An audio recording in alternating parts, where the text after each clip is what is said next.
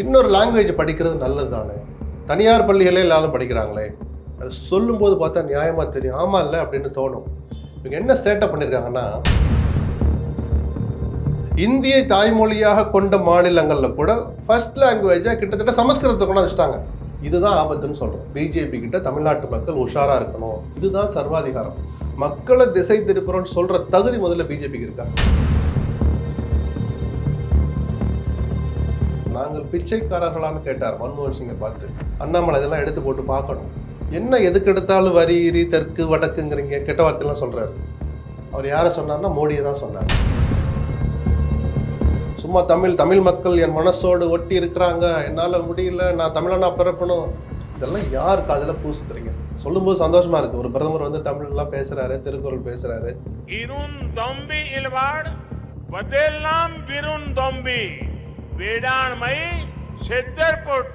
7 இடங்கள்ல நீங்க மட்டுமே டெபாசிட் இழந்து, கூட்டணி கட்சியோட 9 தொகுதிகளில் டெபாசிட் இழந்த பிறகு இன்னும் பலவீனப்பட்டு போயிருக்கிறவங்களை நோக்கி யார் வருவாங்க? அப்ப விஜய் வரலாம், ரைட்டு. வரும்போதே அப்படி காலரை தூக்கி விட்டு வருவார், உள்ள வந்து கால் மேல கால் போட்டு உட்காருவார். அப்புறம் எப்படி இருக்கீங்க, இப்படிதான் விஜய் கேட்பாரு. அந்த லட்சணத்துல இன்னைக்கு அதிமுக இருக்கு. இன்னொரு தோல்வி வந்தா அதுதான் அதிமுகவோட கதி. திரும்ப எந்திரிக்கிறது அவ்வளவு சுலபம் இல்லை. அதிமுகவோட கூட்டணி ஒப்பந்தத்தில் கையெழுத்திட்டார்கள் இப்படி போட்டோ போஸ்ட் கொடுப்பாங்கல்ல, நடந்துச்சுன்னு நம்மளாம் பார்க்க போறோம்ல. அன்னையோட விஜய் காலி. சட்டமன்ற தேர்தலில் அந்த கட்சியோட கூட்டணி வைப்பது தவறு, அது தற்கொலைக்கு சமம். ஆக்டர் விஜய் நமக்கு தெரியும், அப்படி பாரு இப்படி பாரு, அப்படி திரைக்கு பின்னாலே எல்லாம் நடக்கும்லாம் நம்ம ஜாலியா பேசலாம். நம்ம ஆள நினைக்கிற விஜய் என்ன நினைக்கிறா நம்ம தெரிஞ்சுக்கிற உரிமை நமக்கு இருக்கு.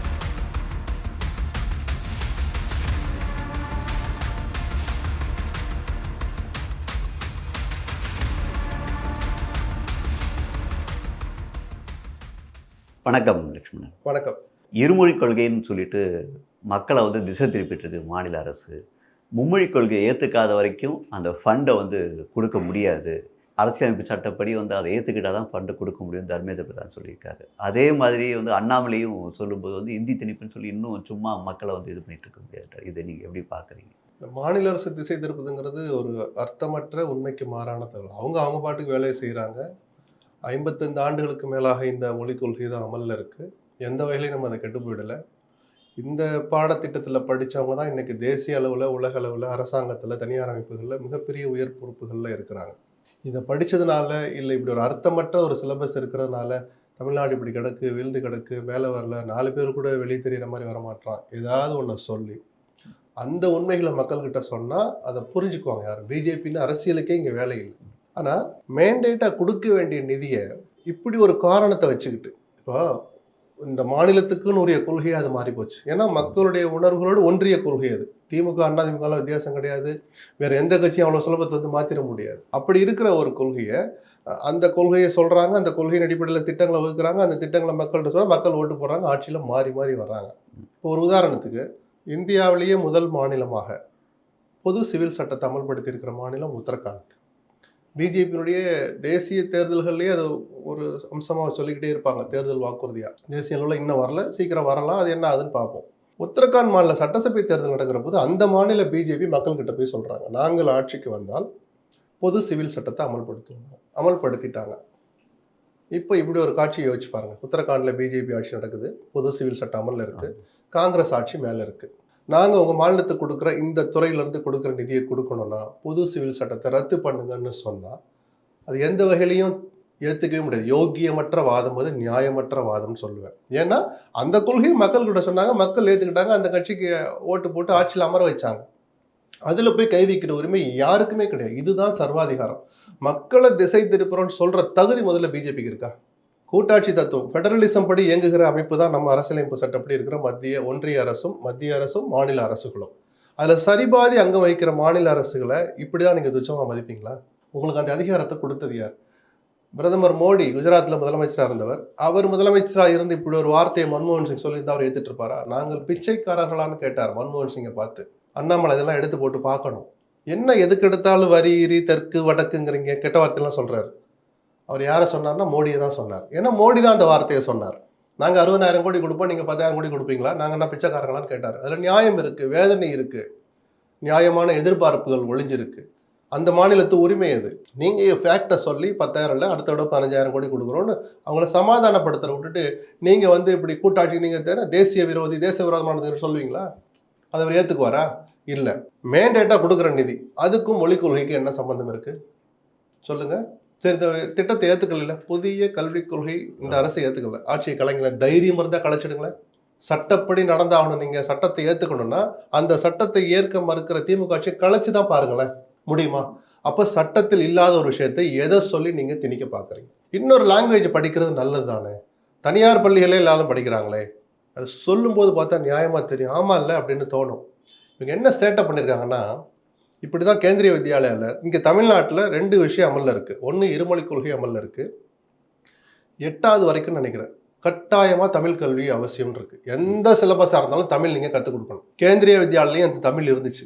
அண்ணாமலை மனசாட்சிப்படி ஒரு ரவுண்ட் அடிச்சு இதில் தரவுகளை வாங்கி, அவருக்கு தான் ஆள் எல்லா இடத்துலையும் இருக்கேன். இன்னைக்கு கேந்திரிய வித்யாலயா தமிழ்நாட்டில் எத்தனை பள்ளிகள் இருக்குது, அதில் தமிழ் சொல்லித்தர ஆசிரியர்கள் சேங்ஷன்டு போஸ்ட் எத்தனை, வேக்கண்ட் எத்தனை, ஆசிரியர்கள் இருந்தால் அந்தந்த பள்ளியில் எத்தனை பேர் தமிழ் படிக்கிறாங்க சொல்லுவாரா? தமிழை என்ன கதியில் வச்சுருக்கீங்கன்னு சொல்லுங்கள். தமிழ் மேலே இவ்வளோ ஆர்வம் இருக்குல்ல. சரி, அரசு பள்ளி மாணவர்கள் உங்கள் பிள்ளைங்க படிக்குது, அரசு பள்ளி மாணவர்கள் படிக்கக்கூடாதான்னு இவ்வளோ கரிசனமாக கேட்குறீங்கல்ல. நீட் தேர்வு அந்த அரசு பள்ளி மாணவர்களை தான் பாதிக்குதுன்னு நம்ம கரடியாக கத்துறோம். ஒரு துளியாவது அண்ணாமலை காதில் வாங்கினாரா? இல்லை நீட் எவ்வளோ நல்லது தெரியுமா? அங்கே சிபிஎஸ்சி படித்த மாணவர்களுக்கும் அது ஈஸியாக இருக்குது. அவங்களும் நம்ம பிள்ளைங்க தான், தமிழ்நாட்டு பிள்ளைங்க தான். நான் மறுக்கலை. அங்கே இதில் உள்ளே போய் டாக்டராக போகிறோட தமிழ்நாட்டுக்காரன் தான், மறுக்கலை. நீங்கள் இன்னைக்கு கரிசனம் காட்டுறீங்களே அரசு பள்ளி மாணவர்கள், ஐயோ பாவமே, நீட் தேர்வு எங்கே போச்சு அந்த பார்வை. இப்போ என்ன பண்ணாங்க அந்த கேந்திரிய வித்யாலயா, ஸ்மிருதி இரானி ஹெச்ஆர்டி மினிஸ்டராக இருக்கும்போது 14 ஒரு ஆய்வுக் கூட்டம் நடத்துகிறாங்க. ஒரு சர்க்குலர் அனுப்புகிறாங்க கேவி. அவங்க தான் அந்த போர்ட் ஆஃப் டைரக்டர்ஸ்க்கு அவங்க தான் சேர்மன், கேவி போர்டுக்கு அவங்க தான் சேர்மன், ஹெச்ஆர்டி மினிஸ்டர் தான். இந்தியை தாய்மொழியாக கொண்ட மாநிலங்களில் செகண்ட் லாங்குவேஜ் தேர்ட் லாங்குவேஜாக சமஸ்கிருதத்தை கற்றுக் கொடுங்க, இந்தி பேசாத மாநிலங்களில் இந்தியை கற்றுக் கொடுக்கணும்னு ஒரு சர்க்குலர் அனுப்புறாரு. அதுக்கப்புறம் இன்னொரு ஆப்ஷன் சொல்கிறாங்க, 3வது மொழின்னு சொல்லிட்டு நீங்கள் ஏன் ஜெர்மன், ஃப்ரெஞ்சு, மேண்ட்ரின், சைனீஸ் மொழி கற்றுக் கொடுக்குறீங்க? இந்த 3ஐயும் எடுத்துருங்க, அந்த 3வது மொழி இந்திய மொழியாகத்தான் இருக்க வேண்டும் அப்படின்னு கொண்டு வர்றாங்க. இன்னைக்கு 3வது மொழின்னு பிளைனாக சொல்லிட்டு நாங்கள் இந்தி எங்கே சொன்னோன்னு நேற்று அண்ணாமலை டிவிக்கு பேட்டி கொடுக்குறாரு. நாங்கள் இந்தின்னு சொல்லலையே, நீங்கள் சொல்லியிருக்கீங்க. எதுக்காக ஜெர்மன் மொழியை தடுத்தீங்க, பிரெஞ்சு மொழி ஏன் தடுத்தீங்க, மேண்ட்ரின் ஏன் தடுத்தீங்க? உலகளாவிய மொழி, தொழில் பண்ணணும்னா அங்கே போகணும்னா, தமிழனுக்கு மரியாதை வேணும்னா, சைனாவோட எவ்வளவு நம்ம எக்கனாமிக்கலாக ரிலேஷன்ஸ் வச்சுருக்கிறோம், ஏற்றுமதி இறக்குமதி. அப்போ மேண்ட்ரின் கற்றுக்கிட்டா நல்லது தானே. அந்த மொழியை ஏன் தடுத்தீங்க? தடுத்துட்டு சமஸ்கிருதத்தை கொண்டாந்து திணிக்கிறீங்க. இதுதான் ஆபத்துன்னு சொல்கிறோம். பிஜேபி கிட்ட தமிழ்நாட்டு மக்கள் உஷாராக இருக்கணும். காங்கிரஸ்காரங்க அப்போ பண்ணது அரசியல் ரீதியான தவறு, இவங்க பண்ணுறது சில்மிஷம் கலந்த தவறு. ஒட்டுமொத்தம் என்ன பண்ணுவான், இன்னைக்கு இந்தியை தாய்மொழியாக கொண்ட மாநிலங்களில் கூட ஃபர்ஸ்ட் லாங்குவேஜாக கிட்டத்தட்ட சமஸ்கிருதத்தை கொண்டு வச்சுட்டாங்க. அப்போ உங்கள் நோக்கம் புரியுதா? இங்கே அப்படி தான் வருவாங்க, 3வது மொழி ஏதாவது ஒன்று அப்படின்னு வந்து கொஞ்சம் கொஞ்சமாக தமிழை கொண்டு பின்னாடி வச்சுருவாங்க. இந்த ஆபத்தை உணர்ந்து தான் கட்சி வித்தியாசம் இல்லாமல் பிஜேபி தவிர பிஜேபி கூட்டணியில் இருக்கிற கட்சிகள் உட்பட எல்லாரும் சேர்ந்து எதுக்குறாங்க. இது வேண்டாம், இது தப்பு, இது சக்சஸ்ஃபுல் ஃபார்முலா சார். இதனால நம்ம தோத்துட்டோம், அவமானப்படுறோம், கீழ் நோக்கி இருக்கிறோம், மேலேயே வர முடியலன்னா நீங்கள் சொல்கிறத ஏற்றுக்கலாமா? இல்லை ஒரு சேஞ்சு தான் பண்ணி பார்ப்போமே, நமக்கு ஒரு தோற்றம் வரும். சரி, அப்படியே வந்தால் கூட ஏதேனும் ஒரு மொழி, மலையாளத்தை கற்றுக்கிறதுக்கு, தெலுங்கு, கன்னடத்தை கற்றுக்கிறதுக்கு ஏதாவது இன்ஃப்ராஸ்ட்ரக்சர் கொடுத்துருக்கீங்களா? ஒதுக்குற நிதி பூரா சமஸ்கிருதத்துக்கு. இப்போ புரியுங்களா அவங்க நோக்கம் என்ன? மாற்று மொழின்னு சொல்லுவோம், 3வது மொழின்னு சொல்லுவோம், சத்தம் இல்லாமல் சமஸ்கிருதத்தை இந்தியையும் திணிப்போம். இதில் தான் உஷார். இந்த நேர்மையற்ற அரசியலை யார் எந்த வடிவில் கொண்டு வந்தாலும் ஏற்றக்கூடாது. இந்திக்கு தமிழ்நாட்டு எந்த அளவுக்கு எதிர்ப்பு இருக்குன்னு பிஜேபி நல்லா தெரியும். அப்படி இருந்தும் தமிழக பிஜேபி எதுக்காக இந்தியை திரும்ப சொல்றாங்க? அவங்க தலையில எழுதியிருக்கு, இந்த ஜென்மத்தில் தமிழ்நாட்டில் வளரக்கூடாதுன்னு ஒரு சபதம் போட்டு வந்திருக்காங்களோன்னு தோணுது. பரிதாபப்படுறாங்க அவங்கள பார்த்து. தமிழ்நாட்டு மக்களுடைய உணர்வுகளை ஒன்றி போற மாதிரி அவங்க அரசியலே பண்ணலை. அது தமிழிசை ஆகட்டும், ஹெச்ராஜா ஆகட்டும், பொன்னார் ஆகட்டும், சிபிஆர் ஆகட்டும், இலகணேசன் உட்பட யார் இருந்த போதும், பொறுப்பில் இருந்த போதும் தமிழ்நாட்டு மக்களுடைய உணர்வுகளை மதிக்கணும்னு அவங்க அரசியல் பண்ணவே இல்லை. அதனால தான் 5% தாண்டி வரமாட்டேது. இப்போ வாங்கின 11.4% அவங்களது இல்லை சார், எல்லாரும் சேர்ந்து வாங்கின ஓட்டு. அது நீங்கள் கணக்கில் எடுத்துக்க முடியாது. அதில் எங்கள் ஓட்டு இவ்வளோதான் சொல்லுங்க பார்ப்போம். இந்த 5% தாண்டி பிஜேபி வளராது, வளரக்கூடாது. தமிழ்நாட்டுக்கு என்ன சார் நல்லது பண்ணியிருக்காங்க? ஒன்றுமே பண்ணலையே. வகுறு எரியுது நமக்கு. தாராளமாக நல்லது நீங்கள் எதுவுமே சொல்லாமல் இந்தி எங்களுக்கு வேணும்னு அவனே கொடி பிடிக்கிற மாதிரி நீங்கள் முதல்ல நடந்துக்கணும். இந்த லாங்குவேஜ் பிரச்சனை விட்டு மற்ற பள்ளி விஷயங்கள்ல அந்த பள்ளிகளை மேம்படுத்த, இன்ஃப்ராஸ்ட்ரக்சரை மேம்படுத்துறதுக்கு, கட்டமைப்பை மேம்படுத்த ஏதாவது நிதி உதவி கொடுத்துட்டு இருக்கீங்களா? எதுவுமே கொடுக்கறது கிடையாது. இதை மட்டும் கூட திணிக்கிறதுக்கு ஓடடி வர்றீங்களே ஏன்? மற்ற எந்த விஷயத்திலும் இப்படிதான். ஜிஎஸ்டியுடைய நம்ம பங்கை வாங்குறதுக்கும் போராடணும். மெட்ரோ ரயில் திட்டத்தில் எத்தனை போய் சொன்னாங்க. அண்ணாமலை எவ்வளோ போய் சொன்னாங்க. இல்லை அதெல்லாம் அவங்க கொடுக்குறேன்னு சொல்லவே இல்லை. அப்புறம் எதுக்காக மத்திய அமைச்சரவை கூட்டி நாங்கள் நிதி தரோன்னு கடைசி ஏன் ஒத்துக்கிட்டீங்க?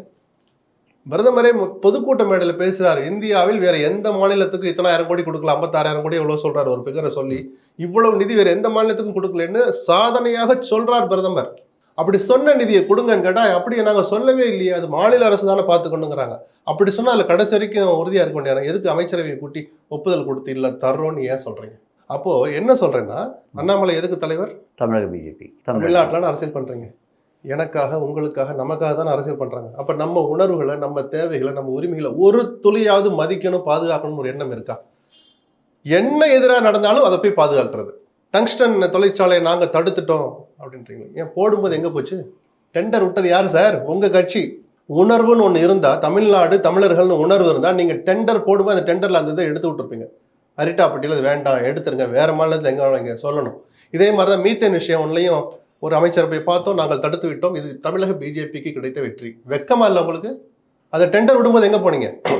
திமுக அதிமுக அம்பலப்படுத்துங்கிறேன். இப்படி அம்பலப்படுத்தி நீங்க மக்கள் மனசுல இடம் பிடிக்கணுமே தவிர, தவறுகளை ஒரு பக்கம் செஞ்சுட்டு இந்த நடிச்சிங்கன்னா இங்க நடிப்பு எடுபடாது. ஒரு ஸ்கீம் வரல சார் தமிழ்நாட்டுக்கு. வரவேண்டிய காவிரி மேலாண்மை வாரியத்தையும் அமைக்க விடல சார். துரோகம் பண்ண கட்சி ஒரே கட்சி பிஜேபி தான். சுப்ரீம் கோர்ட் சொன்ன பிறகு இன்னைக்கு வரைக்கும் அமைக்கல. காவிரி மேலாண்மை ஆணையம் அமைச்சாங்க. அதுக்கு பல்லும் இல்லை, வாயும் இல்லை, ஒன்றும் இல்லை. கடைசியில் அதை கொண்டு போய் ஜல்சக்தி அமைச்சகத்தோட இணைச்சிட்டாங்க. அர்த்தம் என்ன தெரியுமா? அங்கே இருக்கிற ஒரு எம்ஓஎஸ் கூட அந்த ஆணையத்தை கட்டுப்படுத்துவார். அந்த எம்ஓஎஸ்ல ஒரு ஆள் சோமண்ணான்னு கர்நாடகாரை போட்டு வச்சிருக்கிறீங்க. எவ்வளோ பெரிய துரோகம் சார் பிஜேபி தமிழ்நாட்டுக்கு பண்ணது. அவர் ஒன்றும் பெரிய துரோகம் பண்ணல. ஒரு மாரல் வேணாம், தார்மீகம்னு ஒன்று இருக்குல்ல. டிஸ்பியூட் இருக்கிற 2 மாநிலங்கள்ல அந்த ஒரு மாநிலத்தை சேர்ந்தவர் டிசிஷன் எடுக்கிற இடத்துலையோ விவாதிக்கிற இடத்துலயோ உட்கார வைக்கலாமா? எம்ஓஎஸ்க்கு டிசிஷன் எடுக்கிற அதிகாரம் கிடையாது. விவாதிக்கிற இடத்துல உட்கார வைக்கலாமா? அவர் நல்ல மனுஷனா இருக்கலாம். பிஜேபின்னா எல்லாம் கெட்டவங்க கிடையாது. தார்மீகம் மரபுன்னு ஒன்று இருக்குல்ல, அந்த மரபை காப்பாத்துனீங்களா இல்லையா? அதை பத்தி துளி கூட கவலைப்படலை.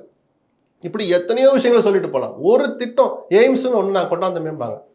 6வது வருஷம் இப்போதான் 4 சுவர் எழும்பி இருக்கு. மோடி நினைச்சா முடியாதா சார்? இல்லை சார், அது ஜைகா ஃபண்டு, அதில் சில சிக்கல் இருக்கு. யார்கிட்ட சார் காது குத்துறீங்க? பணமா இல்லை, கொடுத்து போட்டு கட்டுங்க, ஃபண்டு வந்தால் நம்ம ட்ரான்ஸ்ஃபர் பண்ணலாம். ஒரு ஃபைலை கிரியேட் பண்ணணும். 4 நாள் வேலை, 8 நாள் வேலை. அது ஒப்புதல் கொடுத்துட்டு பணத்தை வேலையை ஆரம்பிங்க, பணம் வந்த பிறகு நம்ம மாற்றிக்கலாம். சொல்ல முடியாதா? மனசு வேணும் சார். சும்மா தமிழ் மக்கள் என் மனசோடு ஒட்டி இருக்கிறாங்க, என்னால் முடியல, நான் தமிழனா பிறக்கணும், இதெல்லாம் யார் காதில் பூசுத்துறீங்க? சொல்லும்போது சந்தோஷமா இருக்கு. ஒரு பிரதமர் வந்து தமிழ்லாம் பேசுறாரு, திருக்குறள் பேசுறாரு, சந்தோஷமா இருக்கு. அந்த சந்தோஷத்தை யதார்த்தமா நம்மளை புரிய வைக்கணும். நாடகம்னு ரொம்ப சீக்கிரம் நம்மளை புரிய வச்சிடறாங்க. இப்போ இந்த இந்திய விஷயத்திலேயே அண்ணாமலை சொல்ற இன்னொரு விஷயம் அது ஏத்துக்கிற மாதிரி தானே இருக்கு. ஸ்டாலின் வீட்டு பசங்க, எடப்பாடி வீட்டு பசங்க எல்லாரும் படிக்கிறாங்க. நானும் தான் ஹிந்தி கிளாஸ் போறேன், என்ன யாருமே தடுக்கலையே. இங்க ஹிந்தி கற்றுத்தரப்படும். தெருவுக்கு தெரு மரத்தடியில இந்த இபி போஸ்ட்ல எல்லாம் இந்த காடு மாதிரி கட்டி தொங்க விட்டுருங்க. யாரு உங்களை தடுத்தா? பட் என்ன அரசு பள்ளியில கொண்டு வாங்கன்னு சொல்றீங்களா? அப்படி கொண்டு வந்துட்டா நீங்க என்ன பண்ண போறீங்கிறத பல விஷயங்கள்ல பார்த்துட்டோமே. நிதி கொடுப்பீங்களா? எனி லாங்குவேஜ்னு இன்னைக்கு சொல்றாங்க, ஹிந்தின்னு சொல்லலைங்கிறீங்களா? எதுக்காக ஹிந்தின்ற வார்த்தை அப்புறம் யூஸ் பண்றீங்க? ஏதாவது ஒண்ணு தெளிவா பேசுங்க சார். இப்படி போனா அப்படி வர்றாங்க, அப்படி வந்தா இப்படி வர்றாங்க. அப்போ உண்மை தெரிஞ்சு போச்சு. நோக்கம் இது அல்ல. தமிழை ஒழிக்கணும். இந்த உணர்வு மங்கடிச்சுட்டு ஒரே நாடு ஒரே XYZன்னு அந்த தியரி அமல்படுத்துற வேலை தான் இது. இந்தியை நல்லா கக்க வச்சுக்கிட்டு மோடியோ யாரோ வந்து நல்லா ஆஹே ஓஹேன்னு பேசுனா அவங்க சொல்றதை மட்டும் கேட்டுட்டு இருக்கணும். முட்டாளா தமிழ?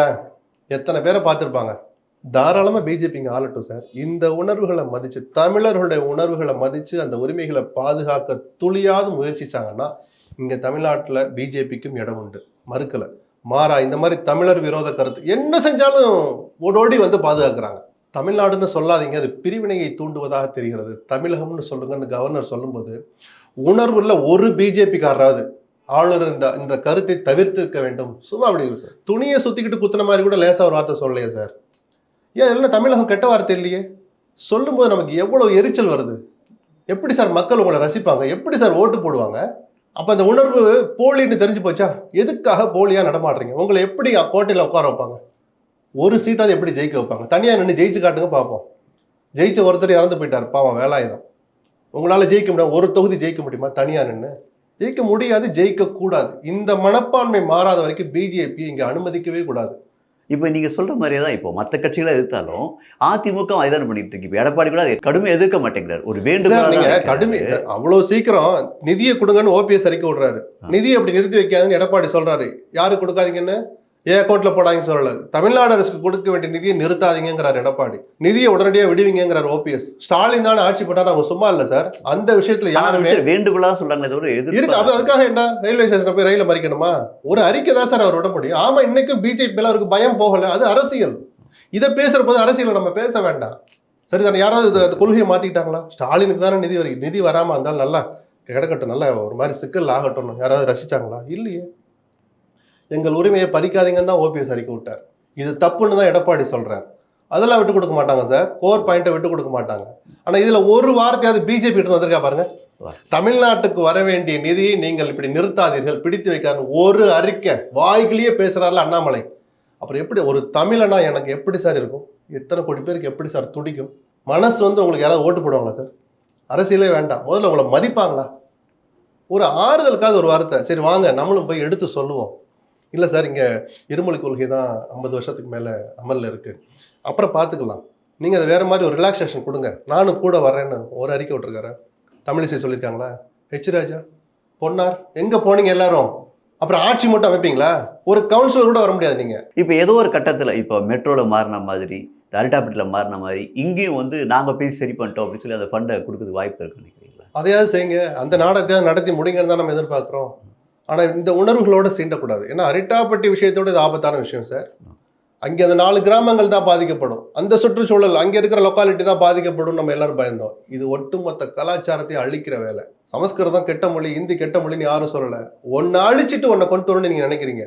தேர்ட் லாங்குவேஜ் காமனாக ஒரு வார்த்தையை சொல்லிவிட்டு மற்ற எல்லா மொழிகளையும் ஒழிக்கிறீங்க. ஜெர்மனை ஒழிக்கிறீங்க, பிரெஞ்சை ஒழிக்கிறீங்க, மேண்ட்ரின் ஏன்னு சொல்லி சர்க்குலர் அனுப்புறீங்க. பண்ணக்கூடாது, இந்தியன் லாங்குவேஜ் தான் இருக்கணும்னு சொல்றீங்க. அப்புறம் மறைமுகமாக அது சமஸ்கிருதமாக மட்டும் கொண்டு போய் நிறுத்துறாங்க, மறைமுகமாக இந்தியா மட்டும் கொண்டு போய் நிறுத்துறாங்க. வட இந்தியா தென்னிந்தியாவில் ரெண்டையும் திணிக்கிறாங்க. அப்போ மற்ற மொழியெல்லாம் வேண்டாமா?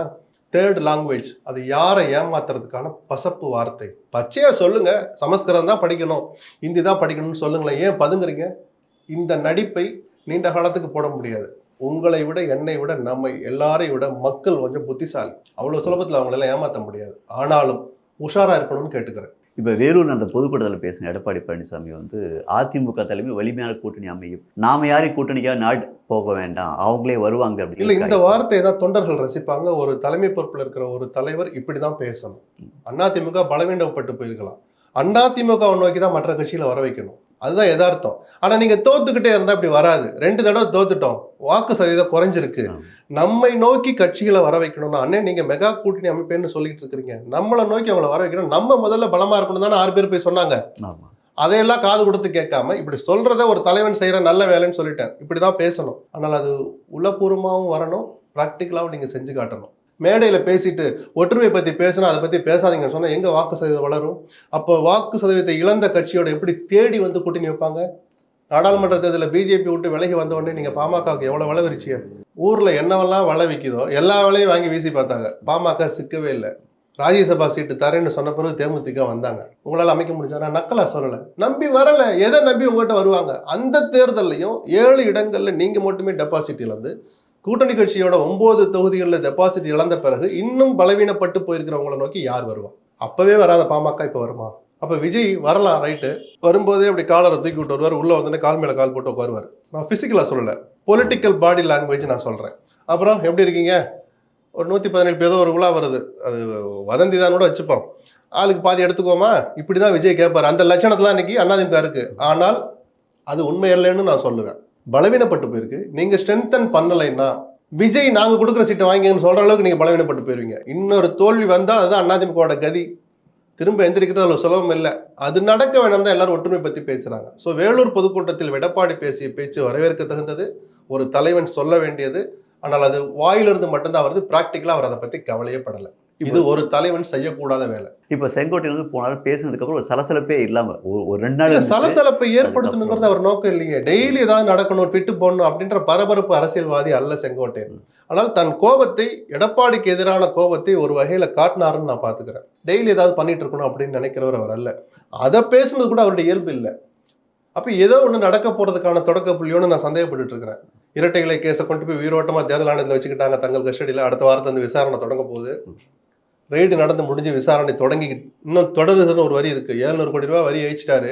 இதெல்லாம் கைப்பற்றிருக்கிறோம், விசாரணை தொடர்கிறது. அதில் என்ன வேணாலும் நடக்கலாம். சுதிரையும் சேர்க்கலாம், லக்ஷ்மணனையும் சேர்க்கலாம்.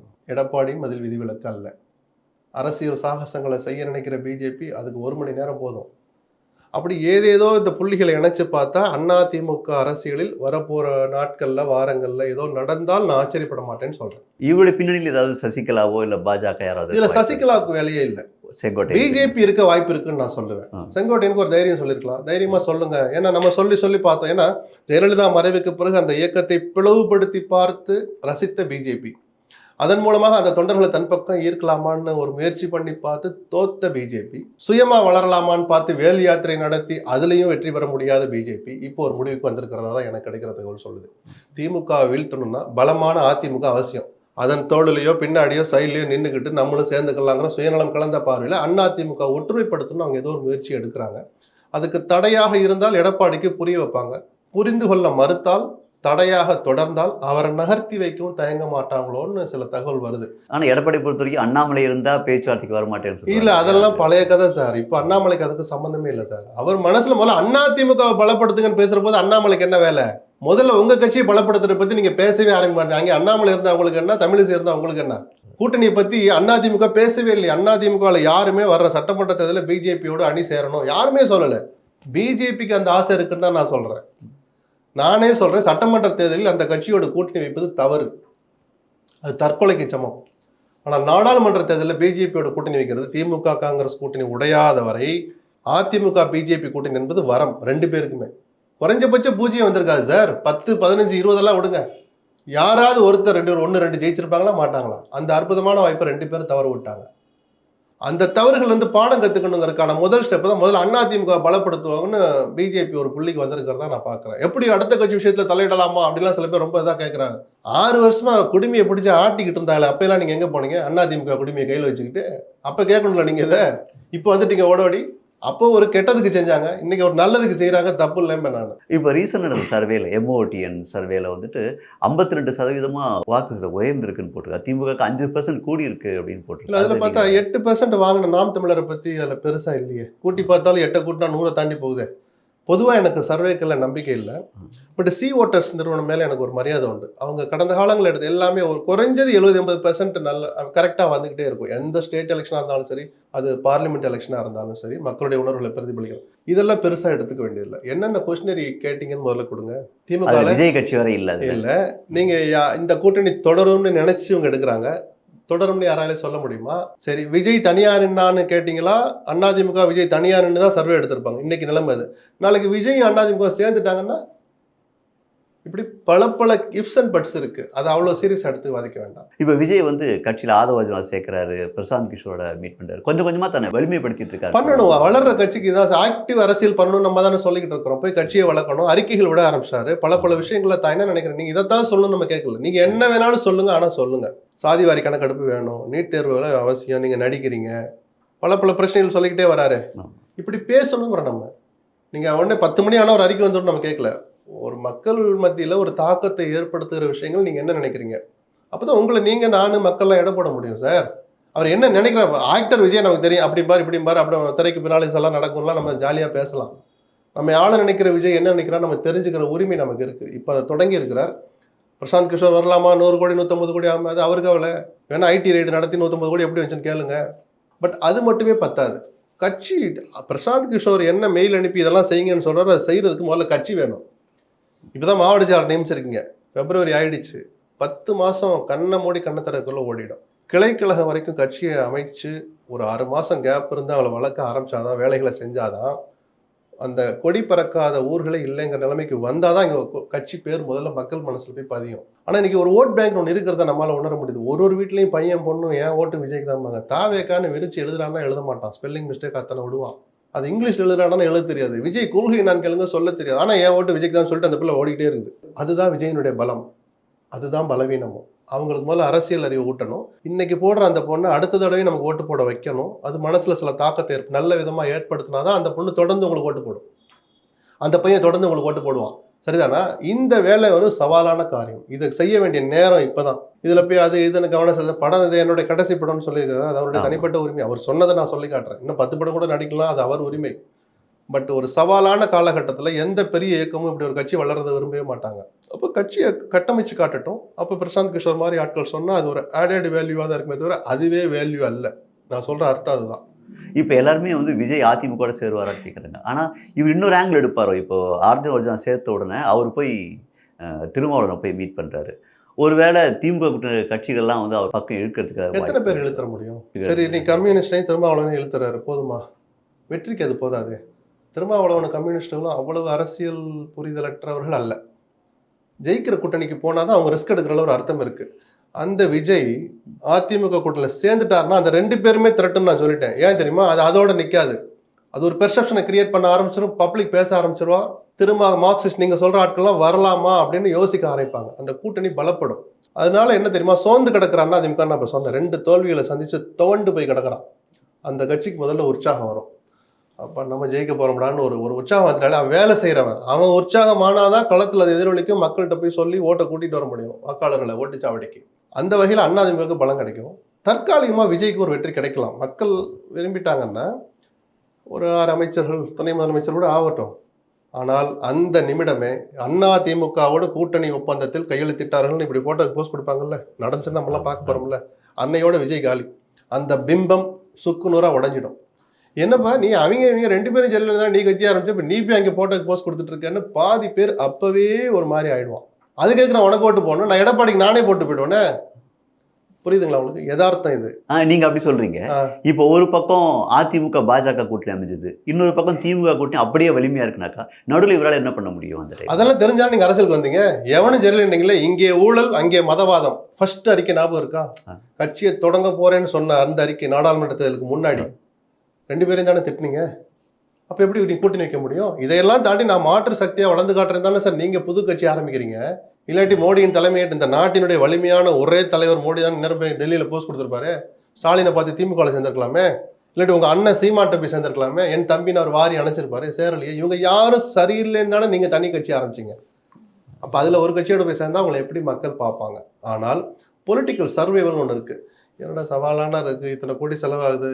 சரி, நின்று 10% வாங்குறத விட போய் ஒரு கட்சியில் கூட்டணி சேர்ந்து ஒரு 10 இடம் ஜெயிக்கலாம்னு நினைக்கிறது ஒரு வகையில் அது பாசிட்டிவ். விஜயகாந்த் அந்த வேலையை தான் பண்ணார். இந்த பவன் கல்யாண் ரூட் அப்படின்ற சொல்லலாம். விஜயகாந்த் அதானே பண்ணாரு. நம்ம ஊர்லேயே உதாரணம் இருக்கு. விஜயகாந்துக்கு கலைஞருக்கு கிடைக்காத அங்கீகாரம் அதில் கிடைச்சிச்சு. அவருடைய வீழ்ச்சியும் அங்கே தான் தொடங்குச்சு. நான் சொன்னா அதில் நல்லதும் 2 பக்கமும் கூறான கத்தி மாறி விஜய் அதிமுகவோட சேருவது. ஆனால் பவன் கல்யாண் வேற இல்லையா? பவன் கல்யாண் இப்போ துணை முதல்வராயிட்டாரு. அடுத்த கட்டம் அவர் அங்கே நான் முதலமைச்சராவேன், அதிகாரத்தில் நான் பங்கு கொடுப்பேன். பவன் கல்யாண் முன்னாடி ஒன்றும் கோஷம் போடலையே. அவர் ஒரு கட்சி ஆரம்பிச்சார், ஒரு பாட்டு நடந்துகிட்டு இருந்தார். யதார்த்தத்தை புரிஞ்சுக்கிட்டு நாயுடு கூட கூட்டணி வச்சார். விஜய் அப்படி சொல்லலையே, நான் கூட்டணி வைக்கணும்னு இன்னும் ஒரு முடிவுக்கே வரல. நம்ம தான் பேசிட்டு இருக்கோம், யூகங்களை பேசுறோம். அவர் நான் ஒரு ஆட்சி அமைப்பேன், நான் அதிகாரத்தில் பங்கு கொடுப்பேன் என்னை நம்பி வருபவர்களுக்கு அப்படின்னு சொன்னார். பவன் கல்யாண் அந்த சவால் விட்ட மாதிரி எனக்கு தெரியல. அல்லது அதில் இருக்கிற யதார்த்தத்தை புரிஞ்சுக்கிட்டு அவர் அதையெல்லாம் மூட்டை கட்டி வச்சுட்டு சந்திரபாபு நாயுடு என்னைக்கு கூட்டணி போனார், அவர் முதலமைச்சருங்கிற கனவு விட்டுட்டாரு. விக்ரவாண்டியில் நீங்கள் என்ன சவால் விட்டீங்க அல்லது என்ன ஒரு அறைகோல் விட்டீங்க? நான் முதலமைச்சர் ஆவேன், என் இலக்கு 26 தான், எப்பாடுபட்டால் நான் துணை முதலமைச்சர் ஆவேன்னு அவர் சவால் விட்டதா எனக்கு தெரியலையே. அதைத்தான் நான் சொன்னேன், உங்கள் பிம்பம் உடைஞ்சிடும், அதை திருப்பி ஒட்ட வச்சு மேலே வர்றது அவ்வளோ சுலபமான காரியம் அல்ல. தமிழ்நாட்டில் பாஜக 5% மேலே வர வாய்ப்பு கம்மி அப்படின்னீங்க. ஆனால் தமிழ்நாட்டில் சமீப காலமாக அந்த மதவாதம் கொஞ்சம் அதிகரிச்சுட்டு வருது. ஏன்னா திருப்பரங்குன்றம் அந்த விஷயத்தையே வந்துட்டு சில மணி நேரங்கள்லேயே வந்து பல பேர் கூட்டிட்டாங்க, பல்லாயிரக்கணக்கான மக்கள் கூட்டியிருக்காங்க. ஒவ்வொரு இடத்துலையும் அந்த மாதிரி ஒரு இது உருவாகும். எந்த ஒரு இடம் சொல்லுங்களேன். வேல் யாத்திரைக்கும் அவர் முருகன் போன ஊர்ல எல்லாம் கூட்டம் வந்துச்சு. அண்ணாமலை ஒரு யாத்திரை நடத்தினார் தெரியுமா? நாடாளுமன்றத்தில் நான் ஜனவரி பாருங்க சென்னையில போய் நான் அந்த யாத்திரையை முடிக்கிற போது தமிழ்நாடு அரசியலே மாறி இருக்குன்னு சொன்னார். நான் நக்கல் பண்ணல, அவருடைய தன்னம்பிக்கையை நான் சொல்றேன். ஏதாவது பூகம்பம் நடந்துச்சா? ஒன்றும் நடக்கல. வேல் யாத்திரைக்கும் கூட்டங்கள் கூடிச்சு, ஆனா மக்கள் தெளிவா இருந்தாங்க. வேலை கொண்டாந்து நீங்க வச்சீங்கன்னா நான் செருப்பை கழட்டி போட்டு கும்பிடுவேன், நான் உட்பட கும்பிடுவேன். எனக்கு நம்பிக்கை இருக்கு, நான் இந்து தான், வேலை கும்பிடுவேன். ஓட்டு எதுக்காக போடணும், யாருக்கு போடணும் யோசிக்கிற அறிவு எனக்கு இருக்கு, தமிழ்நாட்டு மக்களுக்கு இருக்கு. ஆனா திருப்பரங்குன்றம் வந்து ஒரு மத நினைக்குது. சரி, இப்ப பாப்போமே, வர சட்டமன்ற தேர்தலில் பிஜேபி எங்க தனியா நிக்கட்டுமே, அந்த அந்த எழுச்சியை அவங்க ஓட்டா மாத்தி காட்டுறாங்கன்னு பார்ப்போம். நான் திரும்ப சொல்றேன், இந்த ஜென்மத்துல இது நடக்காது. 6 படை வீட்டுல ஒரு வீட்லயும் பிஜேபி அல்லது பிஜேபினால ஜெயிக்கல சார். அதே திருப்பரங்குன்றத்துல ராஜன் செல்லப்பா தான் சார் ஜெயிச்சாரு. பிஜேபி கூட்டணி தான். ராஜன் செல்லப்பா யார் தெரியுமா? அந்த பகுதி உள்ளடக்கிய பகுதியில் மதுரை மாநகர மேயராக 5 வருஷம் இருந்தவர். பெரும் பணபலம், இரட்டை இலை, அதிமுகங்கிற செல்வம் இவ்வளவு இருந்துச்சு. பிஜேபிக்கும் இருந்தது, நான் மறுக்கலை. உங்களால தான் ஜெயிச்சாருங்கிற நிலைமை அங்கே இல்லை. மற்ற 6 படை வீட்டில் 5 வீட்லையும் நீங்கள் ஜெயிக்கவே இல்லை. உங்கள் அணியும் ஜெயிக்கல, நீங்களும் ஜெயிக்கல. அப்போ வேல் யாத்திரை கை கொடுத்துச்சா? நீங்கள் சொல்கிற மத உணர்வுகள் கை கொடுத்துச்சா? கொடுக்கல, கொடுக்க மாட்டாங்க. அந்த தெளிவு தமிழ்நாட்டு மக்கள்கிட்ட ரொம்ப தெளிவாக இருக்கு. சீமானுடைய வாக்கு வங்கி உயர்ந்துக்குன்னு நினைக்கிறீங்களா? ஆமாம், இந்த தேர்தலில் உயர்ந்திருக்கு. அப்போ இதுதான் 15% தான். இனிமேல் சீமான் வெர்சஸ் ஸ்டாலின் தான் சில பேர் சொல்கிறாங்க. இதை பார்த்தா கேட்டால் சிரிக்க தான் தோணுது. நிச்சயமாக சீமான் வெர்சஸ் ஸ்டாலினாக தான் அரசியல் மாறும். எப்போ தெரியுமா? அதிமுக பிஜேபி வரப்போகிற எந்த தேர்தலையும் நாங்கள் போட்டியிட மாட்டோம்னு சொன்னால் மிக நிச்சயமாக ஸ்டாலின் வெர்சஸ் சீமான் தான். உண்மை அதுதானே சார்? இவங்க 2 பேர் நின்றதை எப்படி சார் 15% வாங்கியிருப்பார் அவரு? அதைத்தானே நான் சொன்னேன். நீங்கள் நில்லுங்க. பெரியாரை விமர்சித்த நீங்கள் ஆதர்ச புருஷராக நினைக்கிற உங்களுடைய வழிகாட்டி அதிமுகவை சொல்கிறேன். நின்றுட்டா அந்த 90,000 ஓட்டு மேலே டிஃபரன்ஸ் வந்துருமா? அதிமுக வந்திருக்காது. அந்த ஓட்டை வாங்கியிருக்கலாம், சீமானு குறைச்சலாம். அண்ணாமலை நின்றிருந்தா அந்த ஓட்டு இன்னும் குறையும். 10,000 ஓட்டு கீழே போயிருப்பார் சார் சீமான். ஸோ ஈரோடு இடைத்தேர்தல் வேற எதையுமே பிரதிபலிச்சுதான் நான் பார்க்கல. சீமானுடைய வாக்கு வங்கி 15% உயர்ந்துருச்சுன்னு சொன்னா அதை விட முட்டாள்தனம் யாருமே இல்லை. இதை நம்புவதற்கு யாரும் உங்களை விட முட்டாள்கள் இல்லை. ஏன்னா ஈரோடு கிழக்கு பெரியார் மண்ணில் போயிட்டு அங்கேயே இவ்வளோ ஓட்டு வாங்கியிருக்காரு அப்படின்னு ஒரு நிச்சயமா. அப்போ அந்த சூழல்ல கூட திமுக ஓட்டு போட தயாரா இல்லைங்கிற அந்த உண்மையை நான் எடுத்துக்குவேன். அந்த 23,000 பேர் என்ன நடந்தாலும் சரி உனக்கு போட மாட்டேன்னு இருக்கிற மனநிலை தான் அந்த 23,000 பேர். சீமானுக்கு போடணுங்கிற எண்ணத்தில் போட்டவர்கள் அல்ல. வேற வழி இல்லை. எதனால 1000 ஓட்டுக்கு 700 ஓட்டு வாங்கின நோட்டா எப்படி 6,000 ஓட்டு வாங்குச்சு? அப்ப சீமானையும் பிடிக்கல, திமுக பிடிக்கல. அப்ப சீமான் என்ன சுய பரிசோதனை பண்ணணும்னா, ஏன்னா 5000 பேர் கொண்டு கூட போய் நோட்டால போட்டிருக்கா, நம்மளை திரும்பி கூட பார்க்கல, ஏன்னு தான் சீமான் பார்க்கணும். 15% வந்துட்டோம்லாம் பெருமைப்படாதீங்க. சீமான் நிஜமாவே கன்ஸ்ட்ரக்டிவ் பாலிடிக்ஸ் பண்ணணும்னா இந்த 5000 பேர் நோட்டாக்கு போட்டோம், ஏன் நம்மளை திரும்பி பார்க்கல? 30,000 பேர் கூடுதலா திமுக போட்டிருக்கானே, ஏன் நம்மளை திரும்பி பார்க்கல? இந்த சுய பரிசோதனை தான் சீமான் பண்ணணும். அப்ப நம்ம என்ன தப்பு பண்ணோம்? கொள்ளையடிச்சாரு, கொலை பண்ணாரு நம்ம சொல்லலை. என்ன நம்ம பாடி லாங்குவேஜ் எதை மாற்றணும், ஓரல் லாங்குவேஜ் எதை மாற்றணும், எதை சொல்லணும், சொல்லக்கூடாது, அந்த புரிதலுக்கு முதல்ல சீமான் வரணும். என்ன வேணாலும் பண்ணு, நான் பண்ணுறதை பண்ணுவேன்னு சொல்கிற நபர் தான், அந்த துணிச்சல் உள்ளவர் தான். அப்போ அவர் அந்த 8% மெயின்டைன் பண்ணிட்டே தான் இருப்பார். டபுள் டிஜிட்டை தாண்டுவாரான்னு எனக்கு சந்தேகம் தான். இப்போ இந்தியா கூட்டணி அவ்வளோதானே, அதாவது நாடாளுமன்றத்தில் அவ்வளோ பில்டப். சட்டமன்ற தேர்தல் வர்றபோது அது இந்தியா கூட்டணி சொல்றதே தப்பு இல்லை. இப்போ டெல்லியில் தோத்தாங்க, டெல்லியில் வந்து இல்லை, அது கலகலத்து போச்சு. அது நாடாளுமன்ற தேர்தல் வர்றப்போ பார்த்துக்கலாம். அதனால தான் காங்கிரஸ் இன்னும் தலைமையில் தொடர போதே நான் தலைமையேற்று நடத்த தயார்னு மம்தா பானர்ஜி சொல்றாங்கன்னா அது கலகலத்து போச்சுன்னு தெரியலையா? இப்போ அதை பற்றி பேசி போகிறதுல அதுக்கான நேரமும் இது வரல. இப்போ நடக்க போகிற சட்டம் திமுக தலைமையிலான கூட்டணி தான் இதுக்கு பேர், இந்தியா கூட்டணி அல்ல. சொல்லிக்கலாம் வெளியில், திமுக தான் இங்கே தலைமை, காங்கிரஸ் தலைமை இல்லை. இவங்க பார்த்து காங்கிரஸ்க்கு எவ்வளோன்னு கொடுக்கணும். அதனால இந்தியா கூட்டணியை பற்றி சட்டமன்ற தேர்தல் விவாதிக்கிறதுக்கு ஒன்றும் இல்லைன்னு சொன்னாங்க. மிக்க நன்றி. நன்றி.